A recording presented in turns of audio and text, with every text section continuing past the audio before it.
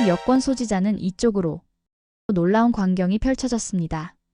프랑크푸르트 공항에서 중국과 일본 여행객들은 긴 줄에서 30분 넘게 기다렸지만 남색 한국 여권을 든 사람들은 특별 자동 게이트로 2분 만에 입국했어요.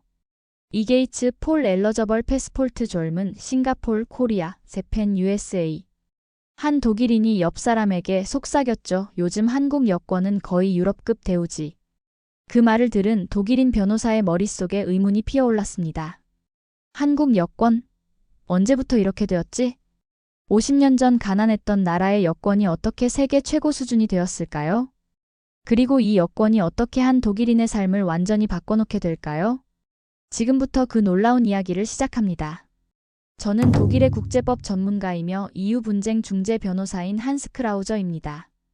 저는 무의식 중에 손에 들고 있던 제 여권을 내려다보았어요. 한국 여권? 언제부터 이렇게 되었지? 이런 생각이 머릿속을 스쳤죠. 예전에는 별로 관심 없던 국가였습니다. 뉴스에서 가끔 북한과의 갈등이나 삼성, 현대 같은 기업 소식 정도만 들었을 뿐이죠. 지금은 대통령이 없는 그러한 나라 정도로만 인식하고 있었어요. 그런데 그 순간 묘한 궁금증이 생겼어요. 왜 하필 한국이 그런 특별 대우를 받고 있는 걸까?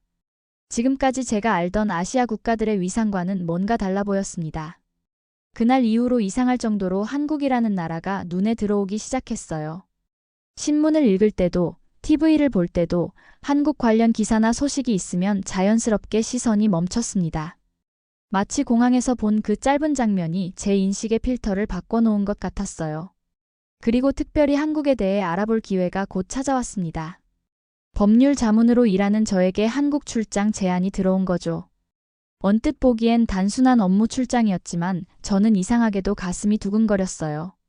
그저 한 아시아 국가의 여권이 자동 게이트를 통과하는 것을 본 것뿐인데 이렇게 관심이 생긴다는 게 제 스스로도 이해하기 어려웠습니다. 출장 준비를 하면서 한국에 대해 조금씩 알아보기 시작했어요. 역사책을 뒤적이고 경제 데이터를 찾아보고 유튜브에서 서울거리 풍경을 담은 영상도 보았습니다. 50년 전만 해도 아프리카보다 가난했던 나라가 이제는 세계 10위권의 경제대국이 되었다는 사실이 놀라웠죠. 그리고 마침내 한국행 비행기에 오르면서 저는 이 나라가 어떻게 이런 변화를 이룰 수 있었는지 직접 보고 싶다는 생각이 들었습니다. 단지 업무적인 호기심을 넘어서 왠지 모를 끌림 같은 것이 있었어요. 프랑크푸르트 공항에서 본 그 한국 여권의 이미지가 계속 제 머릿속에 맴돌았습니다. 인천국제공항에 도착했을 때 첫 느낌은 놀라움이었어요. 깔끔하게 정돈된 공간, 최첨단 시설들, 그리고 조용하면서도 효율적으로 움직이는 사람들. 유럽의 어떤 공항보다도 정돈되어 있다는 인상을 받았습니다.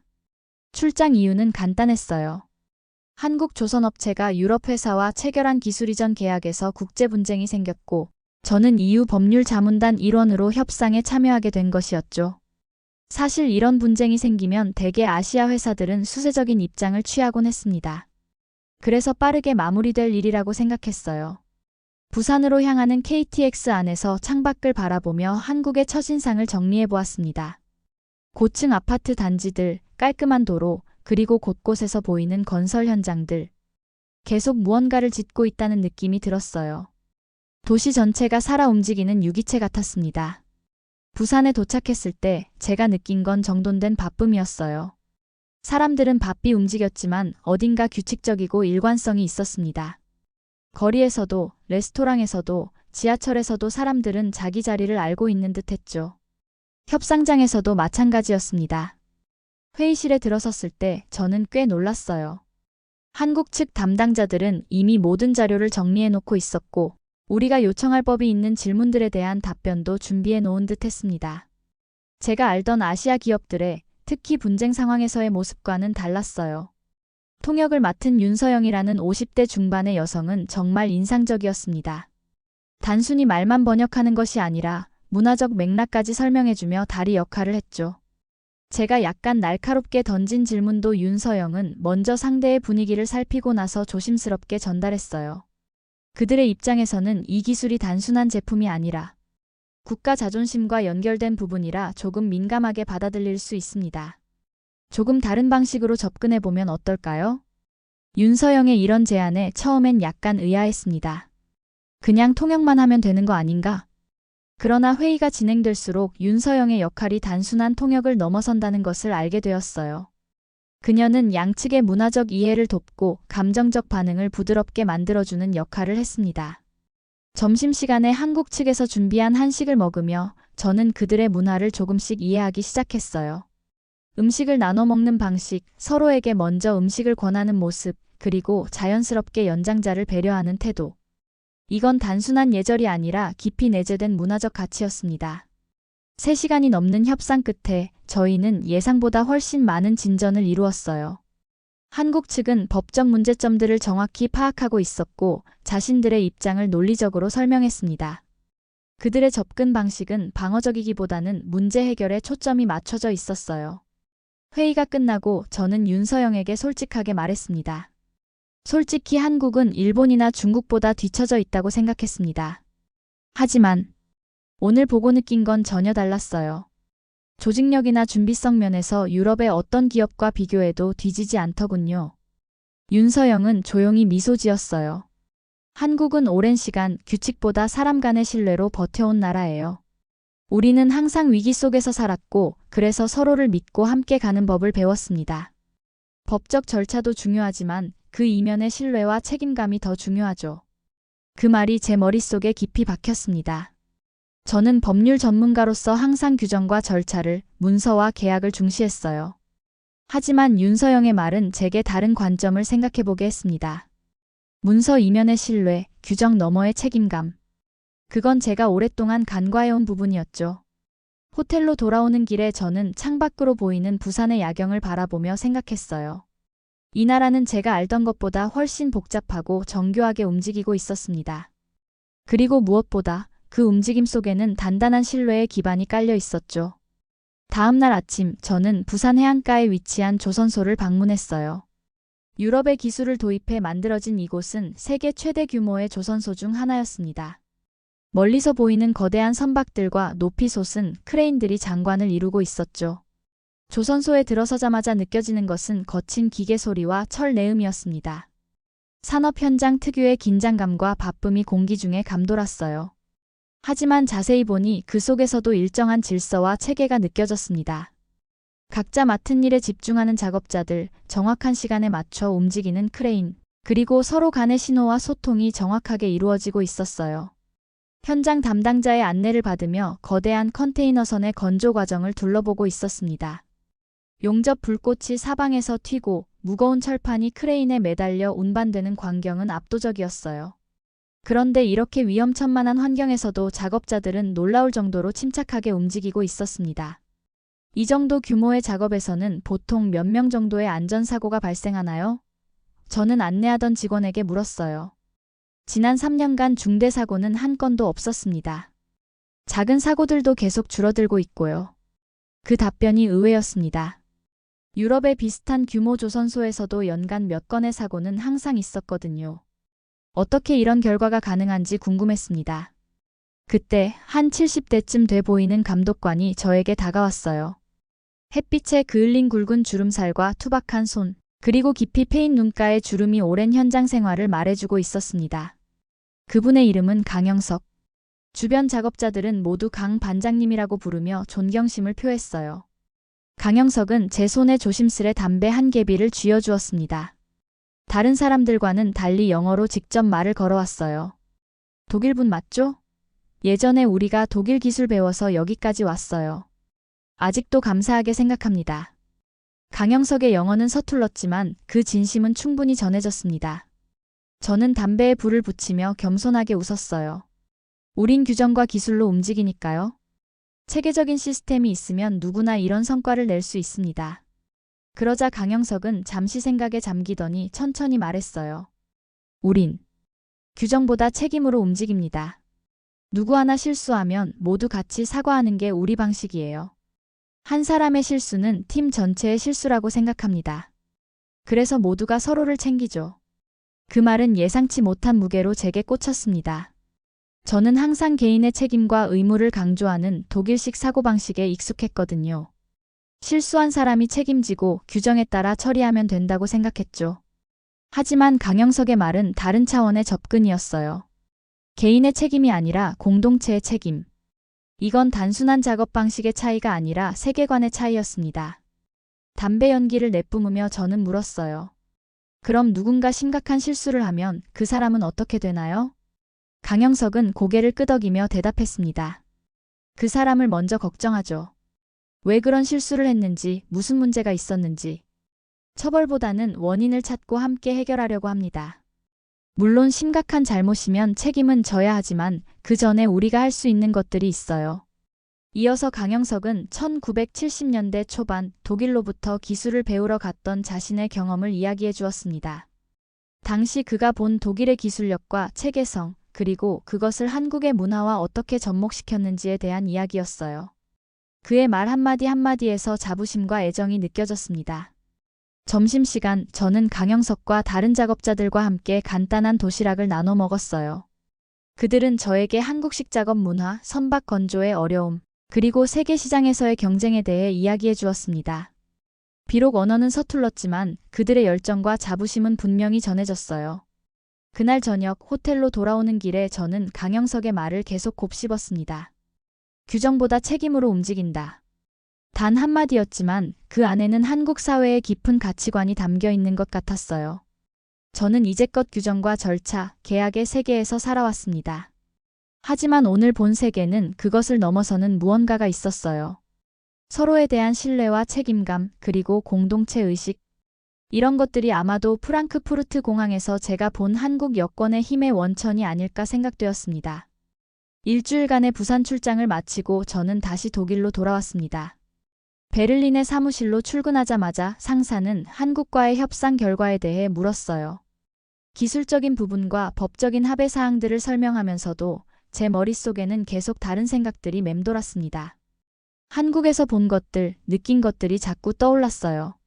뭔가 다른 게 있었어요. 다른 아시아 국가들과는 확실히 달랐습니다. 라고 말하면서도 정확히 무엇이 달랐는지 설명하기는 어려웠습니다. 그건 단순히 업무 방식이나 기술적 능력의 차이가 아니었으니까요. 더 근본적인 사고방식과 가치관의 차이였어요. 출장 보고서를 작성하면서 저는 공식적인 내용 외에도 한국의 문화적 특성에 대한 개인적인 관찰을 많이 포함시켰습니다. 상사는 약간 의아해하면서도 관심 있게 읽었어요. 이런 문화적 특성이 그들의 비즈니스 접근 방식에 어떤 영향을 미친다고 생각하나요? 제가 설명하려던 찰나 회의실 문이 열리고 프랑스에서 온 동료 변호사가 들어왔습니다. 피에르는 아시아 지역 전문가를 자처하는 사람이었어요. 그는 제 보고서를 힐끗 보더니 빙긋 웃었습니다. 또 동양에 매혹된 서양인이 탄생했군요. 한국은 겉으로만 그렇게 보이는 거예요. 실제로는 아직도 서구식 비즈니스 관행과 협상의 예절을 제대로 모릅니다. 그 말이 왠지 불편했어요. 제가 본 한국은 그렇지 않았으니까요. 하지만 그 자리에서 반박하기는 어려웠습니다. 피에르는 저보다 경험이 많았고 다른 동료들도 그의 의견에 동조하는 분위기였어요. 저는 그저 입을 다물 수밖에 없었습니다. 회의가 끝난 후 사무실로 돌아와 윤도영의 명함을 꺼내보았어요. 그녀가 건넨 명함에는 이메일 주소가 적혀 있었습니다. 처음엔 망설였지만 결국 이메일을 보내기로 결심했어요. 안녕하세요, 윤서영 씨. 독일로 돌아온 지 일주일이 지났습니다. 한국에서의 협상과 경험에 대해 많이 생각하고 있어요. 솔직히 말해서 요즘 자꾸 생각이 많아집니다. 제가 알던 한국과 실제 경험한 한국 사이에 큰 차이가 있었거든요. 한국에 다시 방문하게 된다면 이야기를 나눌 수 있을까요? 이메일을 보내고 나서 저는 창밖으로 베를린의 회색빛 하늘을 바라보았습니다. 매일 같은 풍경, 익숙한 건물들, 그리고 변함없는 일상.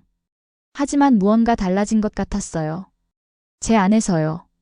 부산의 바다와 조선소, 그리고 강영석의 말들이 계속 머릿속을 맴돌았습니다. 며칠 후 윤서영에게서 답장이 왔어요. 간결하지만 따뜻한 메시지였습니다. 언제든지 환영합니다. 다시 한국을 방문하시면 연락주세요. 단, 그 전에 물어볼 게 있어요. 왜 한국이 궁금해졌는지 스스로에게 먼저 물어보세요. 단순한 호기심인지 아니면 더 깊은 이유가 있는지요. 그 질문이 저를 당황스럽게 했어요. 왜 한국이 궁금한 걸까요? 단순히 업무적인 관심사? 아니면 제가 느끼지 못했던 무언가를 그곳에서 발견했기 때문일까요? 일상으로 돌아가려 했지만 마음은 자꾸 한국으로 향했습니다. 주말에는 베를린의 한인 마트를 찾아가 한국 음식을 사보기도 했고, 인터넷으로 한국의 역사와 문화에 대한 자료를 찾아 읽기도 했어요. 심지어는 유튜브로 기초적인 한국어 강의도 들어보았습니다. 동료들과 점심을 먹다가 문득 김치찌개가 생각난다고 말했을 때 다들 의아해하는 표정이었어요. 김치찌개? 그게 뭐야? 그때서야 저는 얼마나 제 관심사가 변했는지 깨달았습니다. 평소에는 전혀 관심 없던 분야, 전혀 알지 못했던 문화가 이제는 제 일상의 일부가 되어가고 있었어요. 한 달이 지났을 무렵 저는 큰 결심을 하게 되었습니다. 6개월간의 안식 휴가를 신청했어요. 목적지는 한국. 저는 스스로에게 물었습니다. 왜 한국인가? 그리고 명확한 답을 찾지 못했지만 그곳에 가면 알 수 있을 것 같다는 느낌이 들었어요. 휴가 신청서를 제출하고 나오는 길에 피에르를 만났습니다. 그는 의아해하며 물었어요. 한국으로 간다고? 왜? 거기서 무얼 얻으려고 하는 거야? 저는 잠시 생각하다가 대답했습니다. 정확히는 모르겠어요. 하지만 제가 알던 세계와는 다른 새로운 관점을 보게 된 것 같아요. 그리고 그 관점이 옳은지 제대로 이해한 건지 직접 확인하고 싶습니다. 피에르는 이해할 수 없다는 표정이었지만 저는 이미 마음을 굳혔어요. 이제 저는 한국으로 떠날 준비를 하고 있었습니다. 머릿속에는 계속 한 가지 질문이 맴돌았어요. 내가 찾고 있는 게 정말 한국에 있을까? 한 달 뒤 저는 다시 인천공항에 발을 디뎠습니다. 이번엔 6개월간의 안식 휴가를 얻어 한국에 온 거였어요. 짧은 출장이 아닌 이 나라를 제대로 경험해보고 싶다는 생각이 들었죠. 공항을 나서자 서울의 찬바람이 얼굴을 때렸습니다. 한국의 1월은 생각보다 훨씬 추웠어요. 미리 예약해둔 강남의 작은 원룸에 짐을 풀고 저는 창밖으로 보이는 서울의 풍경을 바라보았습니다. 빽빽하게 들어선 빌딩들, 밤늦게까지 불이 꺼지지 않는 사무실들, 그리고 분주하게 오가는 사람들. 베를린과는 다른 더 역동적인 에너지가 느껴졌어요. 첫 주는 한국어 학원에 등록하고 기본적인 인사말과 생활 용어를 배우는 데 집중했습니다. 처음엔 발음이 어려웠지만 선생님과 같은 반 학생들의 도움으로 조금씩 익숙해졌어요. 특히 한국어의 존댓말 문화가 흥미로웠습니다. 단순히 언어를 배우는 것이 아니라 그 속에 담긴 사회적 관계와 가치관을 함께 배우는 느낌이었죠. 안녕하세요. 저는 한스입니다. 독일에서 왔어요. 이 간단한 인사말을 한국어로 할 수 있게 되었을 때의 뿌듯함이란? 거리에서, 가게에서, 식당에서 한국어로 말을 걸면 사람들이 놀라워하면서도 기쁘게 반응해주는 모습에 저도 기분이 좋았어요. 그들의 반응에서 제가 이방인이지만 환영받는다는 느낌을 받았습니다. 3주째 되는 날 저는 윤서영에게 연락했어요. 그녀는 서울에서 만나자고 제안했고 우리는 인사동의 한 전통 찻집에서 약속을 잡았습니다. 오랜만에 보는 윤서영은 여전히 단정한 모습이었어요. 안식 휴가를 내고 한국에 오셨다니 놀랍네요. 어떤 특별한 이유라도 있으신가요? 제가 머뭇거리자 윤서영은 미소를 지으며 말했습니다. 아까 제가 물었던 질문에 대한 답을 찾으셨나요? 왜 한국이 궁금해졌는지. 저는 솔직하게 대답했어요. 아직 정확한 답은 못 찾았습니다. 다만 느낀 건 프랑크푸르트에서 그리고 베를린으로 돌아갔을 때 제 존재가 너무 가볍게 느껴졌어요. 마치 어디에도 속하지 않는 것 같은. 하지만 한국에서는 달랐습니다. 여기선 모든 것이 의미가 있고 모든 관계에 깊이가 있는 것 같았어요. 윤서영은 차를 한 모금 마시며 천천히 말했습니다. 한국 사회는 개인보다 관계를 중시하죠. 서양에서는 개인의 자유와 권리가 중요하지만 우리는 서로의 연결과 책임을 더 중요하게 생각해요. 때로는 답답할 수도 있지만 그만큼 외로움도 적죠. 그녀의 말이 제 마음 깊은 곳을 건드렸어요. 저는 항상 자유와 독립을 중시해왔지만 그 자유 속에서 종종 외로움을 느꼈거든요. 고향 마을에서 베를린으로 그리고 세계 각국을 돌아다니며 저는 많은 것을 보고 경험했지만 어디에도 진정한 소속감은 느끼지 못했습니다. 제가 한국인이 되고 싶다고 하면 너무 이상하게 들릴까요? 이 말이 제 입에서 나왔을 때 저도 놀랐어요. 그런 생각을 한 적도 없었는데 마치 무의식적으로 튀어나온 것 같았습니다. 윤서영은 놀라움을 감추지 못했지만 곧 진지한 표정으로 대답했어요. 한국 국적을 선택하는 건 여권을 바꾸는 게 아니라 가치관을 바꾸는 일이에요. 우리의 삶의 방식을 받아들이는 것이죠. 그건 쉬운 일이 아닙니다. 그녀는 잠시 생각하더니 계속 말을 이어갔습니다. 하지만 불가능한 것도 아니에요. 한국에는 정이라는 개념이 있어요. 이건 단순한 감정이 아니라 오랜 시간 함께하며 쌓이는 감정적 유대와 책임감이죠. 한스 씨가 이곳에서 느낀 그 다름이 바로 정의 문화일지도 모르겠네요. 그날 저녁 윤서영은 저를 자신의 가족 모임에 초대했어요. 한국의 명절인 설날이 다가오고 있었고 그녀의 가족들이 미리 모여 음식을 준비하고 있었죠. 처음엔 어색했지만 윤서영의 가족들은 저를 따뜻하게 맞아주었습니다. 특히 그녀의 어머니는 저에게 계속 음식을 권하며 많이 먹어요. 많이라고 말씀하셨어요. 그 자리에서 저는 한국의 가족 문화를 직접 경험했습니다. 서로를 챙기고 음식을 나누고 이야기를 나누는 모습에서 깊은 유대감이 느껴졌어요. 독일에서의 가족 모임과는 분명히 달랐습니다. 더 시끄럽고 더 복잡하고 하지만 더 따뜻했어요. 밤이 깊어갈수록 저는 이런 생각이 들었습니다. 내가 이런 삶의 방식 안에 있을 수 있을까? 윤서영의 가족들처럼 서로에게 깊이 연결되고 책임지는 삶. 그건 제가 살아온 방식과는 너무 달랐어요. 하지만 동시에 제 마음 깊은 곳에서는 그런 연결을 갈망하고 있었는지도 모릅니다. 다음 날 저는 한국 국적 취득에 대한 정보를 찾아보기 시작했어요. 인터넷으로 관련 법규와 절차를 검색하고 출입국 관리소를 방문해 상담도 받았습니다. 생각보다 복잡하고 까다로운 과정이었지만 저는 결심했어요. 이 나라의 일원이 되어보고 싶다고.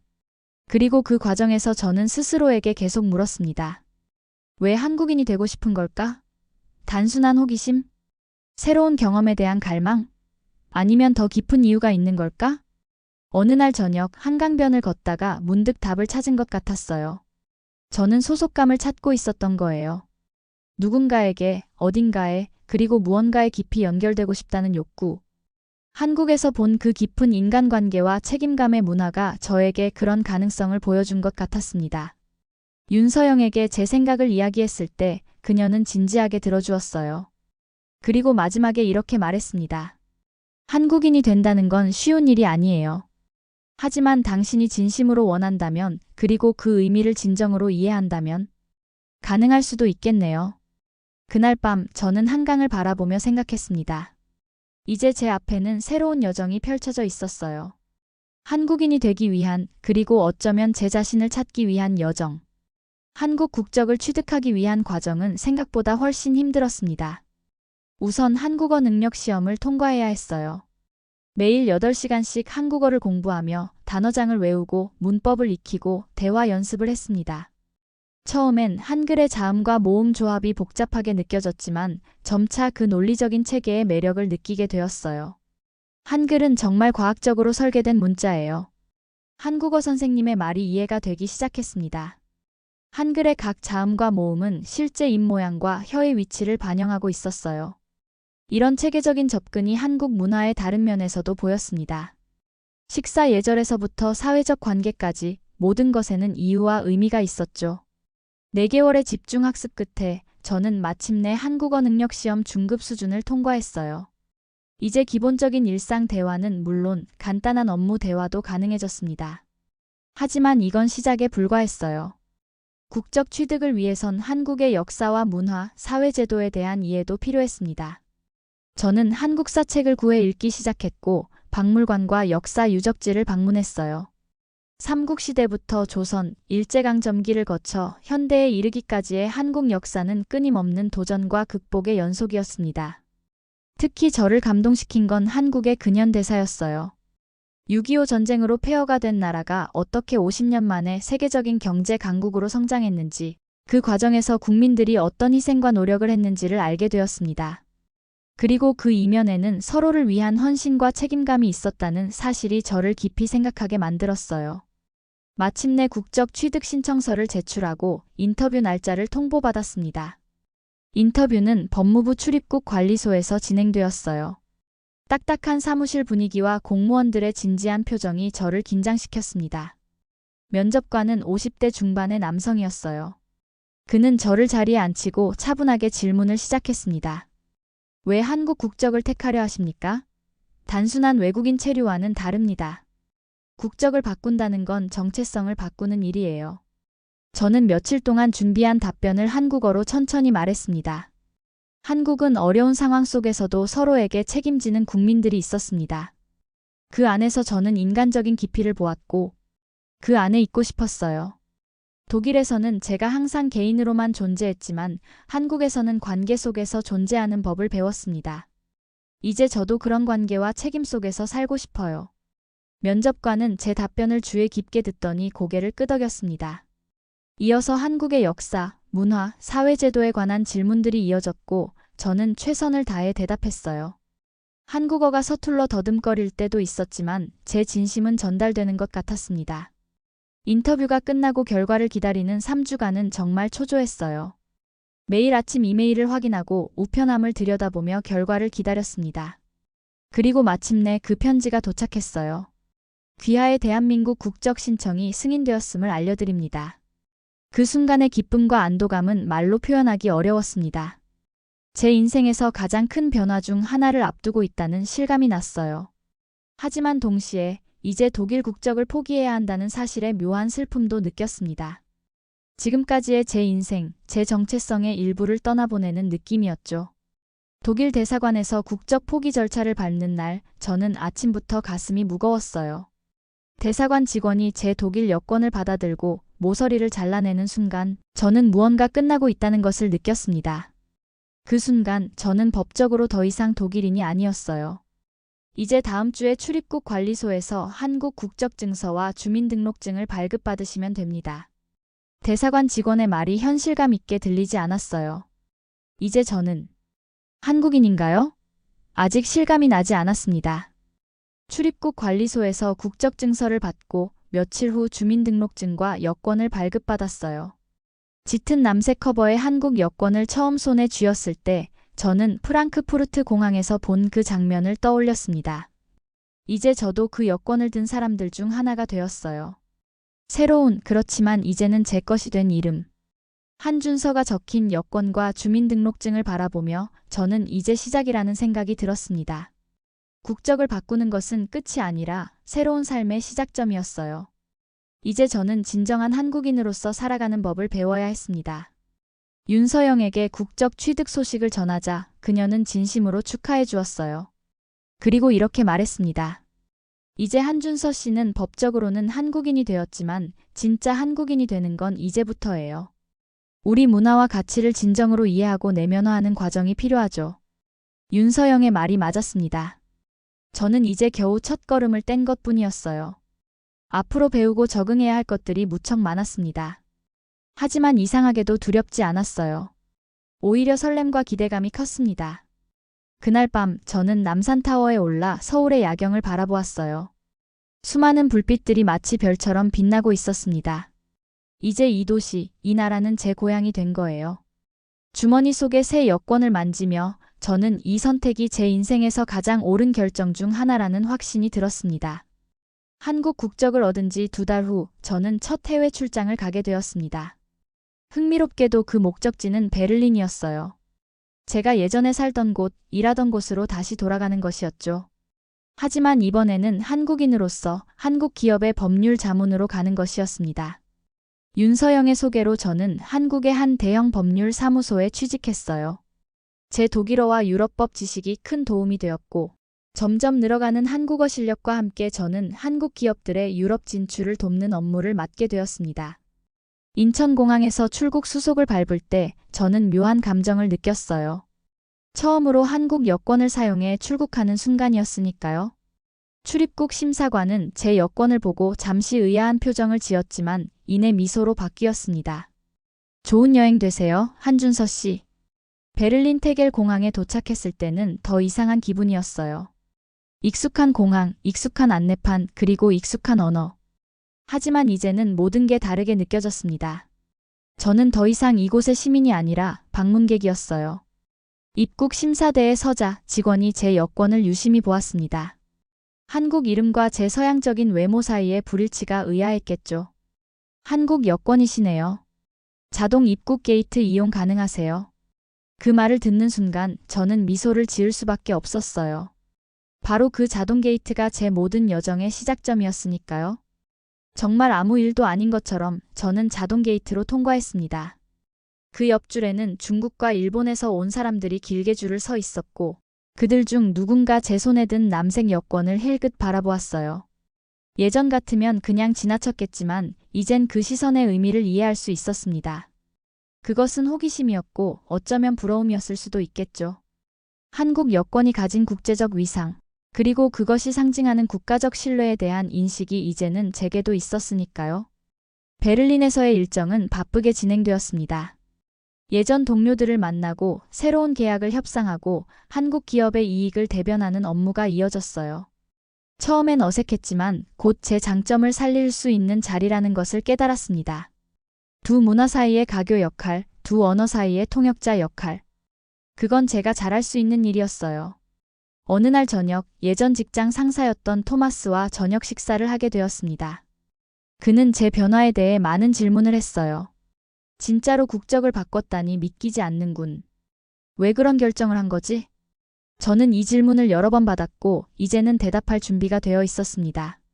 한국에서 저는 다른 삶의 방식을 발견했어요. 개인의 자유만큼이나 중요한 건 공동체와의 연결이라는 걸 깨달았죠. 독일에서는 제가 항상 개인으로만 존재했지만 한국에서는 관계 속에서 존재하는 법을 배웠습니다. 토마스는 이해하기 어려운 듯 했어요. 그는 개인의 자유와 독립을 최고의 가치로 여기는 사람이었으니까요. 하지만 그는 존중해 주었습니다. 네가 행복하다면 그게 중요한 거야. 베를린에서의 마지막 날, 저는 티어가르텐 공원을 산책했어요. 이곳은 제가 예전에 자주 찾던 장소였습니다.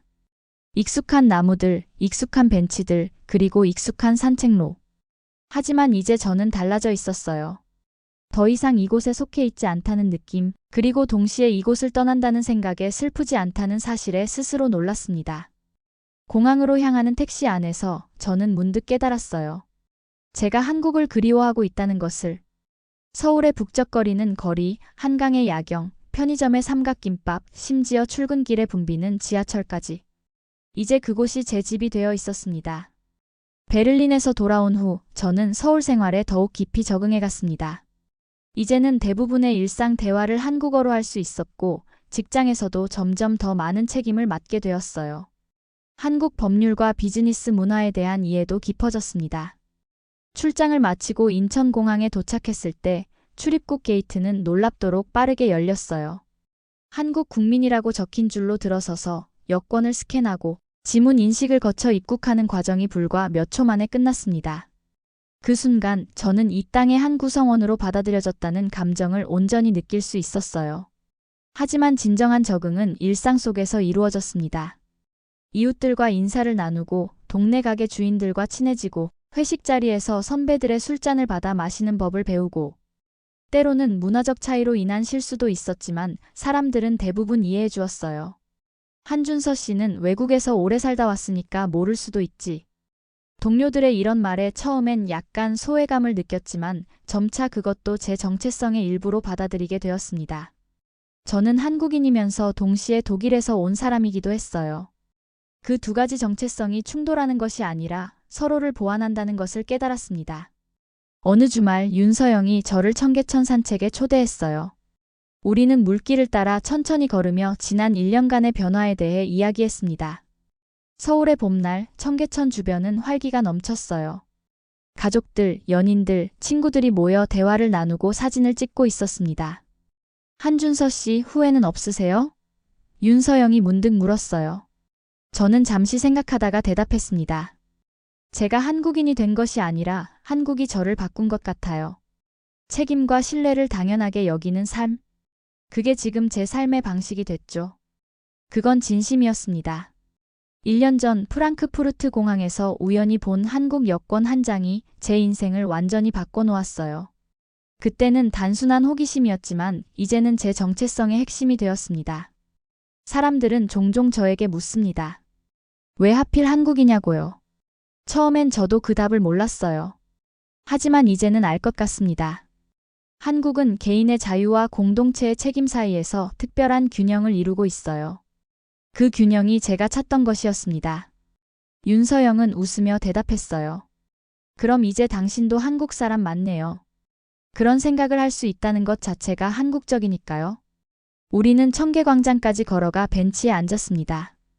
초여름에 밤바람이 불었고 물소리와 함께 서울의 불빛이 반짝였어요. 도시의 활기와 평온함이 공존하는 순간이었습니다. 저는 주머니 속의 남색 여권을 한 번 더 만져보았어요. 그건 단순한 여권이 아니었습니다. 제 삶의 전환점이자 새로운 정체성의 증표였죠. 프랑크푸르트 공항에서 그 여권을 처음 봤을 때 저는 단지 왜라는 질문만 가지고 있었습니다. 왜 한국 여권이 그런 대우를 받는지, 왜 한국이 그런 위치에 있는지. 하지만 지금 제가 품고 있는 질문은 달랐어요. 이제는 어떻게였습니다. 어떻게 더 좋은 한국인이 될 수 있을지, 어떻게 이 사회에 기여할 수 있을지, 그리고 어떻게 제 경험을 통해 한국과 세계를 연결하는 다리가 될 수 있을지. 밤이 깊어가면서 서울의 불빛은 더욱 밝게 빛났습니다. 그 빛 속에서 저는 새로운 시작을 느꼈어요. 이제 저는 진정한 한국인으로서의 삶을 살아갈 준비가 되어 있었습니다.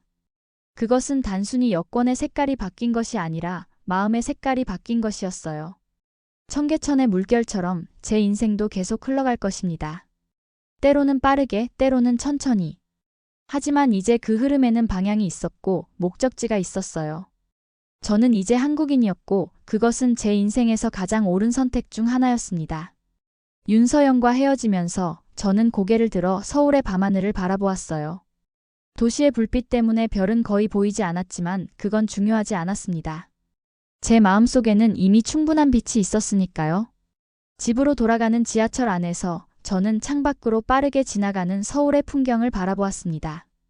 이제 이 도시, 이 나라, 이 사람들은 제 일부였고 저 또한 그들의 일부가 되어 있었어요. 그리고 저는 알고 있었습니다. 프랑크푸르트 공항에서 시작된 이 여정이 사실은 끝이 아닌 또 다른 시작일 뿐이라는 것을. 한국인으로서의 제 삶은 이제 막 시작되었을 뿐이었어요.